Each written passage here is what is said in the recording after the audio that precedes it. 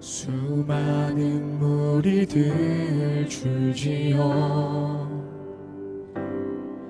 그분을 보기 위해 따르네.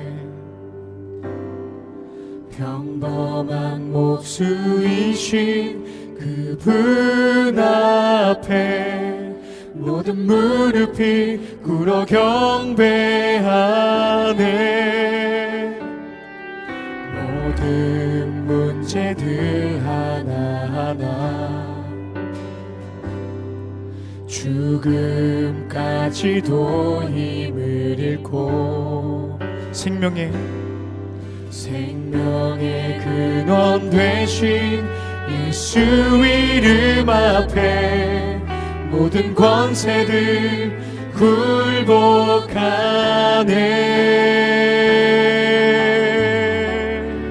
예수 이름 높이세. 능력의 그 이름 예수 이름 높이세. 구원의 그 이름 예수 이름을 부르는 자, 예수 이름을 믿는 자, 예수 이름 앞에 나오는 자 복이 있도다. 나의 계획이 실패하고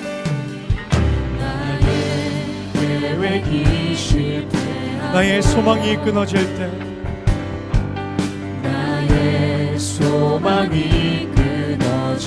삶의 주관자 되신 그분께 그분 앞에 나의 무릎을 꿇어 경배하네. 나의 삶을 그분께 맡길 때 비로소 나의 마음 변하네. 구원의 반석 되신 예수 그리스도, 구원의 반석 되신 예수의 이름을 소리 높여 찬송하네. 예수 이름 높이세. 능력의 그 이름 예수 이름 높이세. 구원의 그 이름 예수 이름을 부르는 자, 예수 이름을 믿는 자, 예수 이름 앞에 나오는 자 복이 있도다. 예수 이름 높이세. 예수 이름 높이세. 능력의 그 이름 예수 이름 높이세. 구원의 그 이름 예수 이름을 부르는 자, 예수 이름을 믿는 자, 예수 이름 앞에 나오는 자 복이. 우리 마지막으로 고백합니다. 예수 이름 높이세. 예수 이름 높이세. 능력의 그 이름 예수 이름 높이세. 구원의 그 이름 예수 이름을 부르는 자, 예수 이름을 믿는 자, 예수 이름 앞에 나오는 자 복이 있도다. 아멘, 아멘, 할렐루야. 살아계신 주님께 다시 다시 한번 감사와 영광의 박수 올려드리며 나아가길 원합니다. 오늘 아침에 저와 여러분들이 함께 나눌 말씀은 사도행전 4장 말씀입니다. 8절부터 12절 그리고 18절부터 21절까지 말씀을 한 절씩 교독하시겠습니다. 이에 베드로가 성령이 충만하여 이르되 백성의 관리들과 장로들아, 만일 병자에게 행한 착한 일에 대하여 이 사람이 어떻게 구원을 받았느냐고 오늘 우리에게 질문한다면 너희와 모든 이스라엘 백성들은 알라. 너희가 십자가에 못 박고 하나님이 죽은 자 가운데서 살리신 나사렛 예수 그리스도의 이름으로 이 사람이 건강하게 되어 너희 앞에 섰느니라. 이 예수는 너희 건축자들의 버린 돌로서 집 모퉁이의 머릿돌이 되었느니라. 다 같이 읽습니다.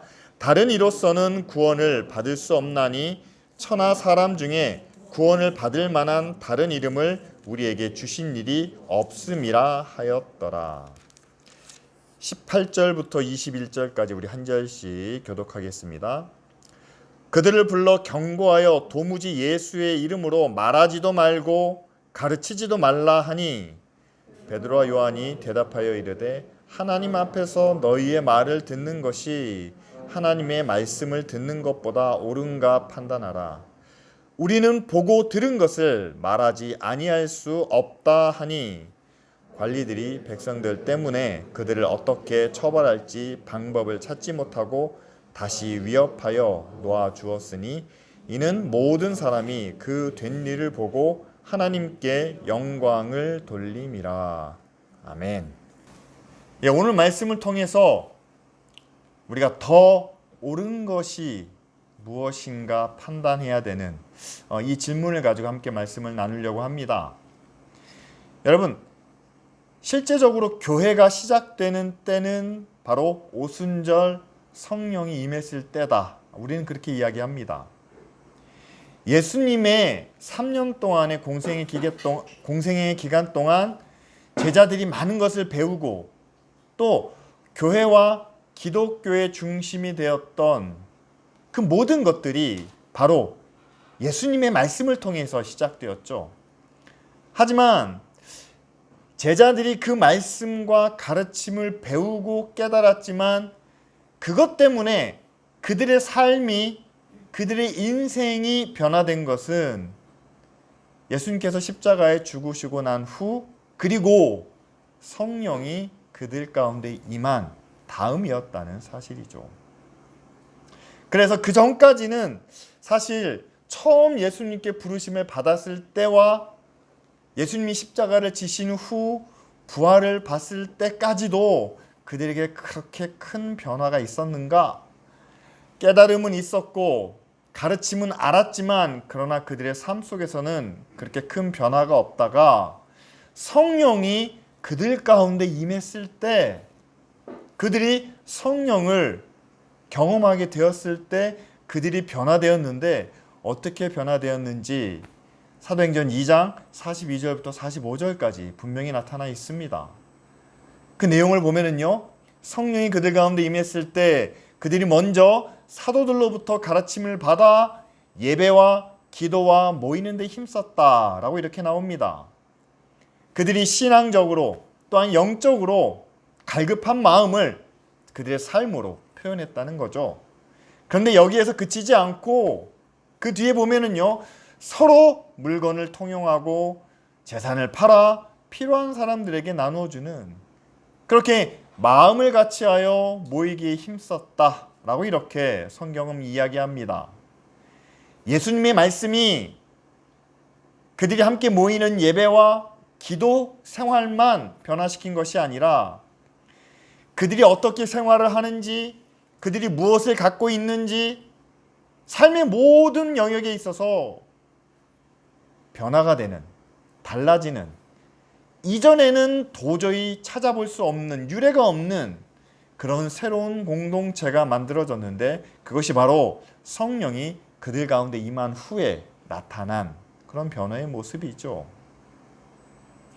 오늘 말씀에는 사도행전 2장에는 함께 모여있는 공동체 전부가 이렇게 변화되고 달라졌다라고 기록하는데 오늘 우리가 함께 읽은 4장 말씀에는 특별히 사도 베드로와 요한은 어떻게 달라졌을까? 우리가 그 부분에 초점을 맞추고 함께 살펴보려고 합니다. 제가 4장 앞부분을 좀 읽어오시라고 부탁을 드렸습니다. 왜냐하면 이미 지금 베드로와 요한은요, 그 전날 제사장과 관원들에게 붙잡혀서 하룻밤을 보냈습니다. 왜 붙잡혔나요? 그들이 전날에 성전 미문에 앉아서 구걸하던 사람을 일으켜 세웠습니다. 나면서부터 걷지 못한 사람을 일으켜 세워 걷게 만들죠. 그래서 그 사람이 아마 난생 처음으로 성전 안에 들어와서 뛰면서 많은 사람들 앞에서 뛰면서 그가 하나님의 이름을 찬양하고 하나님께 영광을 돌렸죠. 그런데 자연히 그가 누구의 이름으로 고침을 받았습니까? 예수 그리스도의 이름으로 고침을 받았습니다. 그러니까 예수의 이름을 찬양하는 그 고침받은 사람과 이 두 제자를 그들이 밤새 감금해 놓고 그 다음날 아침에 일찍 일어나서 그들을 다시 신문하기 시작을 합니다. 여러분, 베드로와 요한이 만약에 예수님과 함께 다니던 때에 이런 상황을 맞았다면, 예수님과 함께 다니던 그때 예수님은 계시지 않고 그 둘만 붙잡혀서 성전 안에서 대제사장들에게 신문을 당하는 그런 상황이 놓여 있다면 아마 이들은 어떻게 해서든지 그 자리를 피하고 아니면 숨어서 도망치거나 그 자리에 도저히 설 수 없는 그런 사람들이 아닌가, 우리는 그렇게 생각할 수 있습니다. 왜냐하면 겟세마네 동산에서 그들이 함께 기도한 후에 예수님이 붙잡히시던 그때에 하나도 남김없이 다 도망갔던 자들이 바로 이 제자들입니다. 그래도 베드로는 먼 발치에서 예수님이 대제사장의 집에 가시는 것을 바라봤습니다. 그런데 그 집 밖에서 불을 쬐던 가운데 하녀가 너도 예수의 제자가 아니냐라고 했을 때 베드로는 예수님을 부인할 뿐만 아니라 예수님에 대한 저주의 말까지 쏟아내놓고 도망가는 그런 비겁하고 나약한 모습을 보였죠. 여러분, 이스라엘 백성들이요, 정말 오랜 기간 동안 식민지 백성으로 식민 지배를 당했습니다. 뿐만 아니라 그들이 믿고 있는 여호와 하나님, 그리고 그들이 믿고 있는 이 유대교란 종교는 거의 형식, 제사와 기도, 이런 형식만 남은 그런 모습이었다는 사실이죠. 따라서 세상에 대한 두려움이 가장 큰 시기가 아니었나, 우리는 그렇게 추측해 봅니다. 식민지 백성이기 때문에 자존감이 낮을 수밖에 없겠죠. 그리고 이제 형식만 남은 유대교, 따라서 어떤 이렇게 살아야 된다, 이렇게 행해야 된다라는 그런 틀에 갇혀 있는 삶을 살다 보니 자기 스스로 생각하고 자기 스스로 판단하고 또한 자기가 믿고 있는 것을 끝까지 주장할 수 있는 그런 능력이 부족하지 않았나, 우리는 생각해 볼 수 있습니다. 그런데 여러분, 오늘 말씀 가운데 나타난 이 베드로와 요한의 모습은 우리가 예수님과 함께 했던 그 철없는 제자들의 모습과는 다르다는 사실이죠. 어떻게 달라졌는가? 우리가 함께 읽은 말씀 9절과 10절을 보면은요, 이들이 오히려 대제사장들을 향하여 담대하게 이야기합니다. 성전 미문 앞에 구걸하던 사람을 우리가 예수 그리스도의 이름으로 걷게 했는데, 우리가 그의 병을 고쳤는데 그 선한 일에 대하여 지금 우리에게 묻고 있는 겁니까? 라면서 반문을 하죠. 이 사람의 병을 예수 그리스도의 이름으로 고친 것이 당연히 선한 일이 아닙니까? 그것에 대해서 지금 우리에게 질문하는 겁니까? 라고 물으면서 이제는 더 노골적으로 당신들이 십자가에 못 박아 죽인 예수 그리스도의 이름으로 우리가 이 일을 행했는데, 그 예수 그리스도를 하나님이 다시 살리셨고, 또한 우리가 그 이름으로 이 사람을 건강하게 하는, 이 사람을 회복시키는 그런 능력을 나타냈다라고 이렇게 증거하고 있습니다. 여러분, 예수님이 십자가에 지신 것과 지금 제자들이 나와서 신문받는 그 기간 동안에는요, 약 50일 내지 60일, 한 2달여간의 시간입니다. 다시 말하면 그때 예수를 십자가에 못 박게 했던 대제사장들과 종교 지도자들이 지금도 베드로와 요한을 신문하기 위해서 이 공회에 모여 있습니다.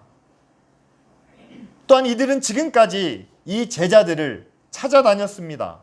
왜냐하면 예수의 잔당이기 때문에 이들까지도 깨끗하게 처리를 해야 된다라고 생각했기 때문이죠. 다시 말하면 베드로와 요한은요, 지금 이 공회에서 이들이 너희도 예수와 똑같은 자들이구나 라고 해서 예수님이 당했던 형벌을 그들에게도 내릴 수 있다라는 사실입니다.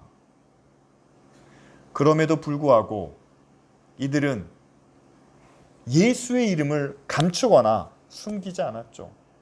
그리고 예수 그리스도를 십자가에 못 박게 한 그들의 선택과 그들의 결정을 어쩔 수 없다라고 이야기하지도 않았습니다. 당신들이 십자가에 못 박아 죽인 예수 그리스도를 하나님이 다시 살리셨다면서 그들의 허물을, 그들의 죄를 명백하게 지적하고, 하나님이 다시 살리신 증거로 우리가 그 예수의 이름으로 이 사람을 다시 걷게 했습니다. 예수의 이름으로 우리가 선한 능력을 나타냈습니다 라고 말하며 그들의 잘못된 것을, 그들의 불의한 것을 다 고발하는 그런 모습을 보여주고 있습니다. 여러분, 분명히 달라지지 않았나요? 예전의 베드로가 아니고 예전의 요한의 모습이 아니지 않습니까? 그러면서 그들은 한 가지, 그들이 달라진 이유에 대해서 이렇게 설명합니다. 예수 외에는 천하에 구원받을 만한 다른 이름을 하나님이 주시지 않았다라고 이렇게 이야기를 하죠. 자신들이 부활하신 예수 그리스도를 만나고 또한 예수님을 통해서 약속된 성령을 경험하고 난 후에야 그들이 내린 결론입니다. 하나님이 예수님 외에는 구원받을 만한 다른 이름을 허락하시지 않았다.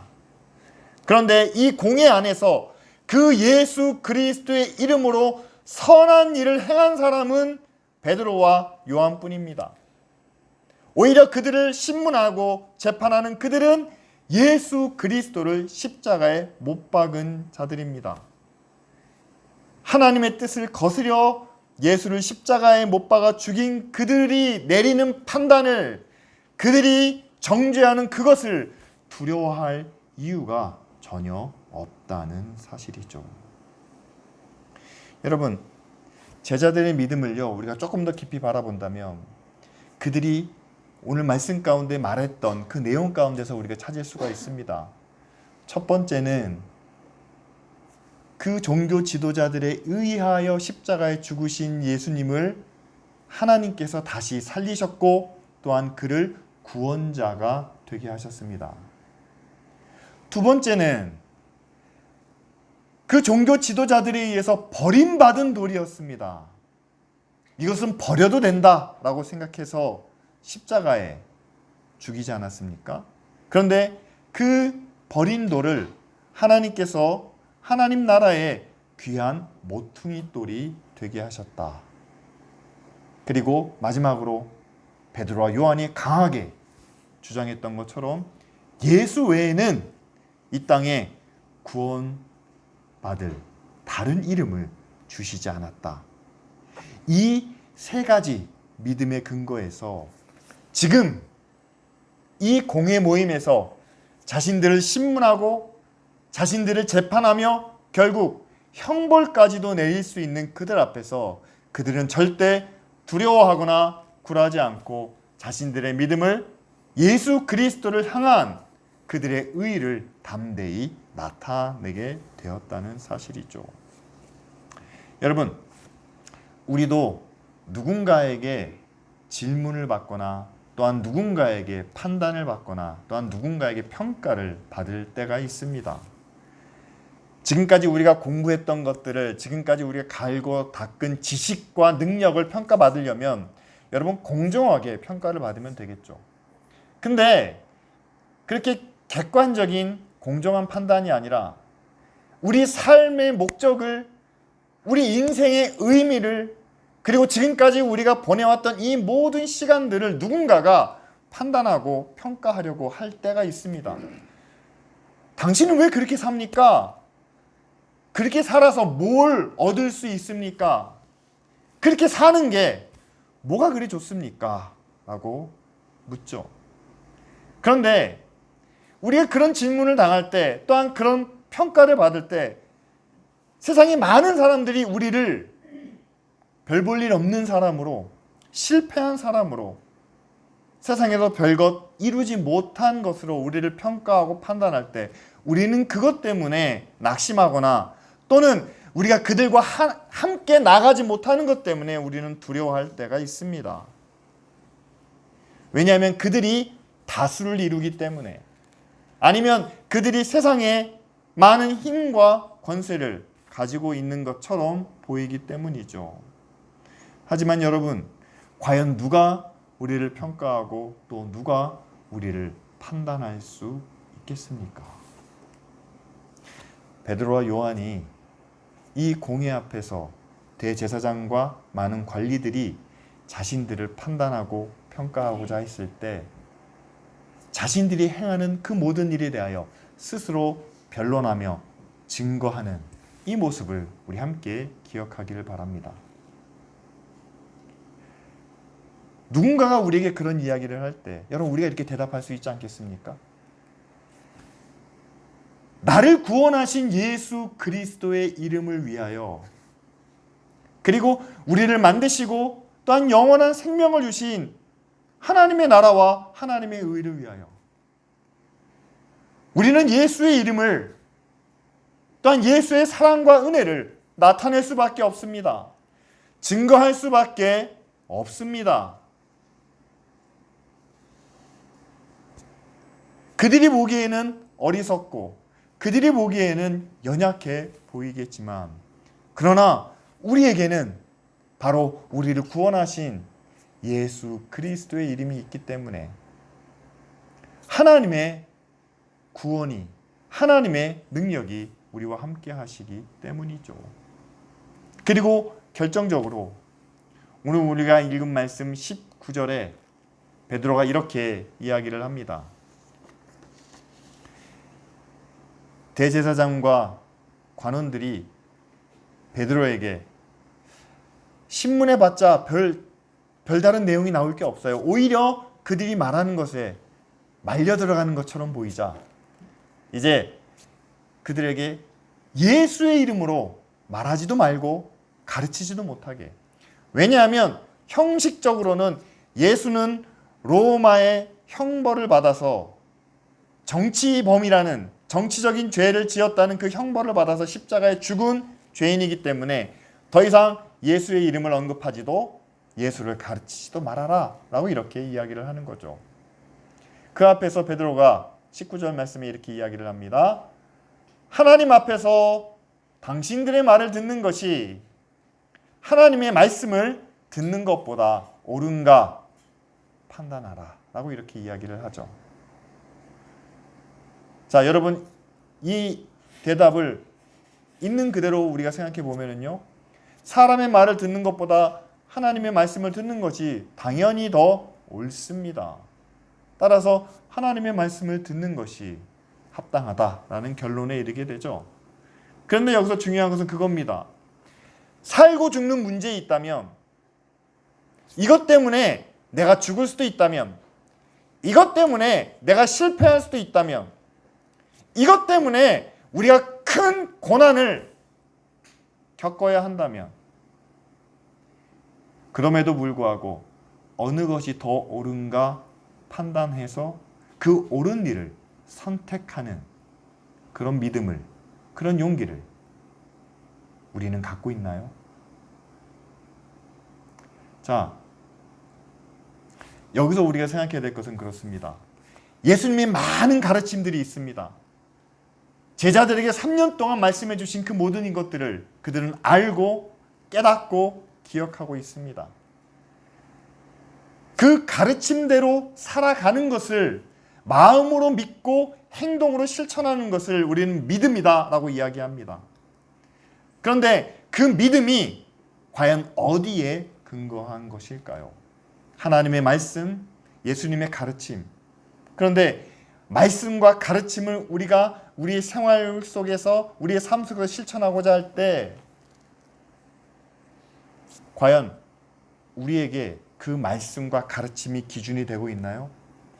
여러분, 이 말씀 가운데 우리가 아는 것도 있고 모르는 것도 있고 중요한 것도 있고 덜 중요한 것도 있습니다.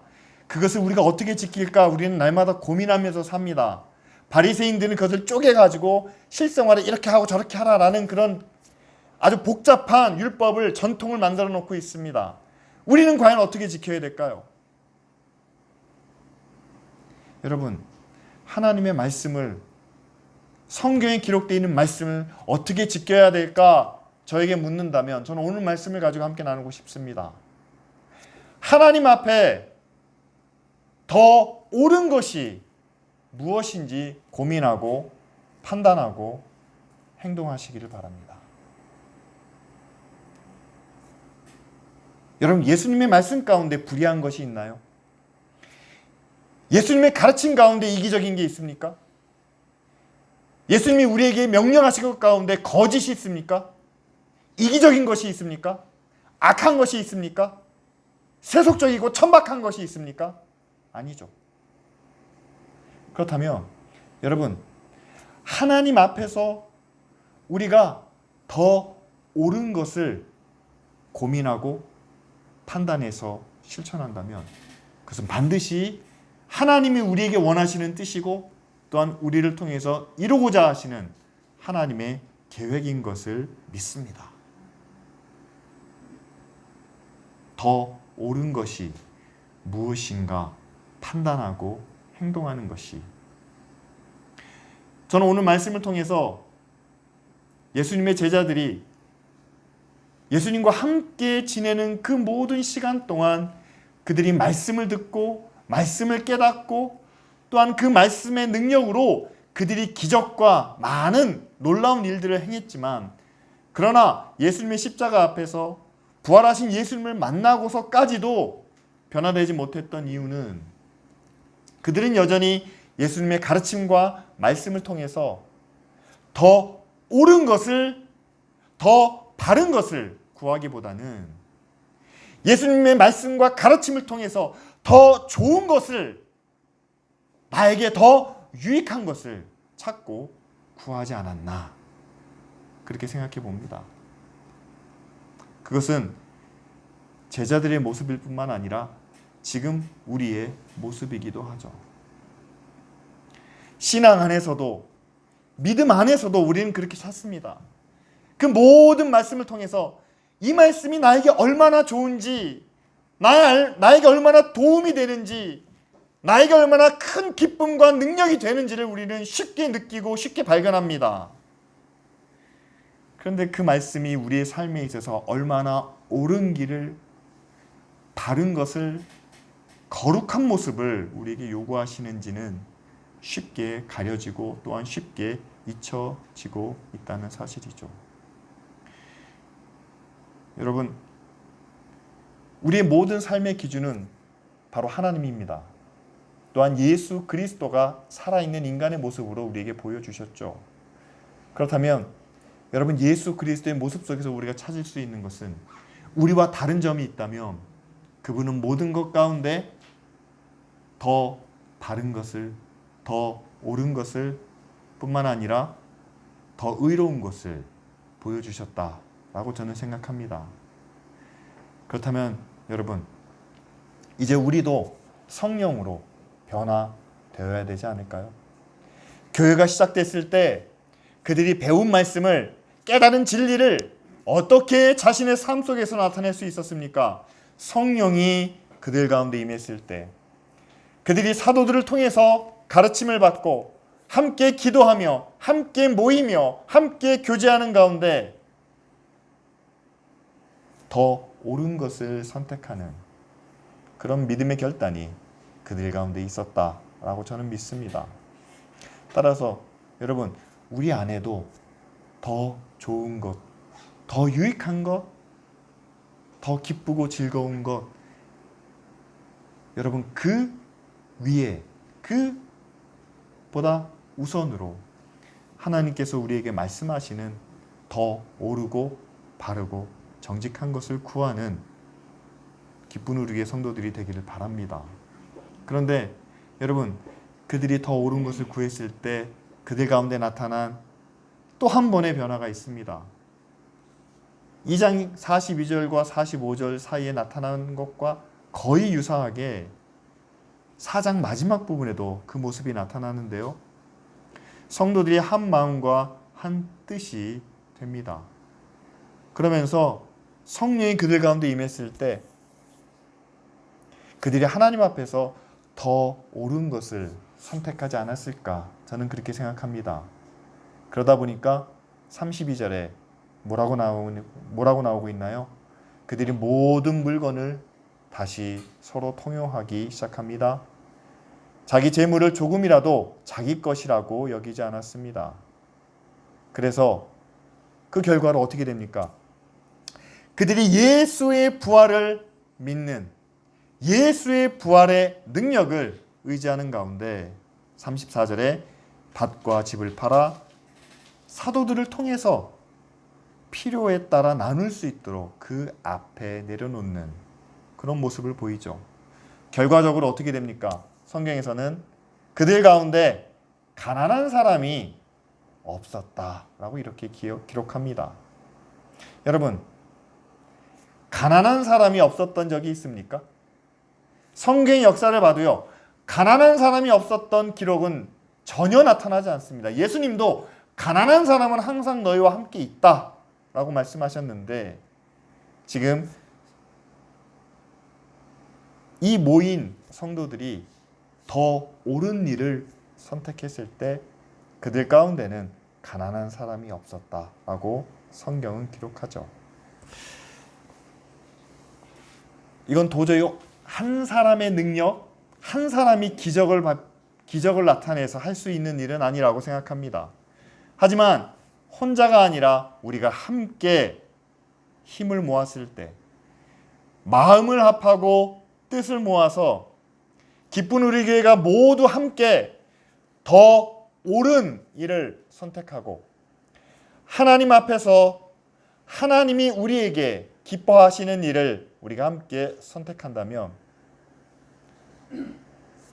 예루살렘 교회에 나타난 이 변화를 우리도 함께 경험할 줄 믿습니다.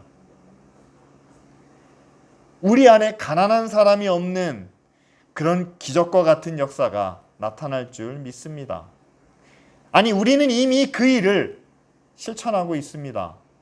여러분, 탄자니아의 얼마나 가난한 가정과 어린이들과 교회를 우리가 섬기고 있는지, 그들이 우리가 만족할 만한 정도까지는 아니지만 그러나 그들 안에서는 배고픈 사람이 굶어 고통당하는 그런 일이 없도록 정말 우리가 나누는 그 사랑과 정성을 통해서 탄자니아에 하나님의 나라가 세워지고 있지 않습니까? 뿐만 아니라 우리가 우리 주변에 있는 이웃들을 향해서도 똑같은 일을 함께 계획하면서 또 준비하고 있습니다.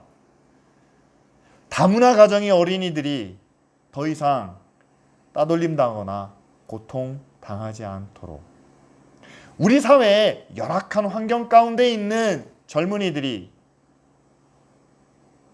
극심한 고난 가운데, 어려움 가운데 처하지 않도록 우리가 더 좋은 일을 선택하며 나아간다면 그와 같은 하나님의 나라와 뜻이 이루어질 수 있다라고 저는 믿습니다.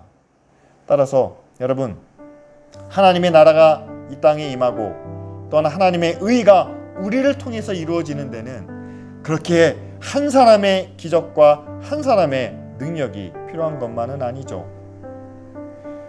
무엇보다 우리가 먼저 예수 그리스도의 부활의 능력을 믿고 또한 우리를 구원하시는 유일하신 예수 그리스도를 우리가 의지하며 나아간다면 세상의 두려움과 세상의 염려를 우리가 함께 극복하고 더 바른 일을, 더 옳은 일을 선택하는 그런 믿음의 삶을 살게 될 줄로 믿습니다. 또한 그런 삶을 통해서 하나님은 반드시 하나님의 뜻을, 하나님의 의를 우리 가운데 이루시고 우리가 함께 몸담고 있는 이 사회를 새롭게 하시고 변화시켜 주셔서 결국 그 결과와 그 열매를 우리가 다시 누릴 수 있도록 인도해 주실 것을 믿습니다.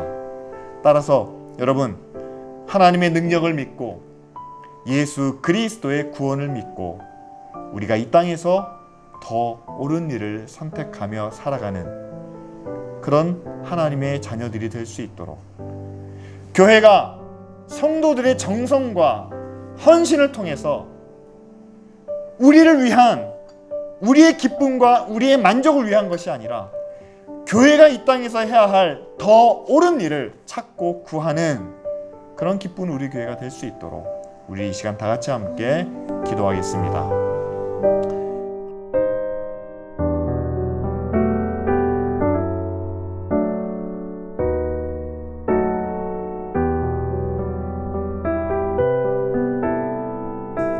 성령의 은혜와 능력이 지금 우리 가운데 함께하여 주시기를 원합니다. 예수 그리스도의 말씀과 구원의 진리를 깨닫게 하시며 그것을 우리의 삶 속에서 행할 수 있는 믿음과 능력을 더하여 주시옵소서. 하나님 앞에 거룩한 자녀가 되길 원하고 또한 하나님 앞에 능력 있는 교회가 되기를 원합니다. 아버지 하나님, 그 뜻을 위하여 우리가 깨닫고 또한 우리가 알고 있는 모든 말씀에 따라 그 안에서 더 옳은 일을 그리고 더 거룩하고 진실한 삶을 살아가는 저희들 되게 하여 주시옵소서. 그것이 이 땅에서 하나님의 나라를 이루고 또한 하나님의 구원을 이루는 줄 믿습니다. 하나님, 한 사람의 힘과 능력을 의지하는 것이 아니라 우리 모두가 함께 마음을 합하여 뜻을 모아서 기쁜 우리 교회를 통해서 하나님 앞에 더 옳은 길과 더 바른 사역을 준비하고 실천하는 저희가 되게 하여 주시옵소서. 같은 믿음을 가지고 나아갈 때 성령께서 우리의 마음을 새롭게 하시고 우리 안에 경제적으로나 영적으로나 사회적으로나 가난한 자가 없는, 아무도 궁핍함이 없는 그런 놀라운 능력을 우리 가운데 나타내 주시옵소서. 예수님의 이름으로 기도합니다. 아멘.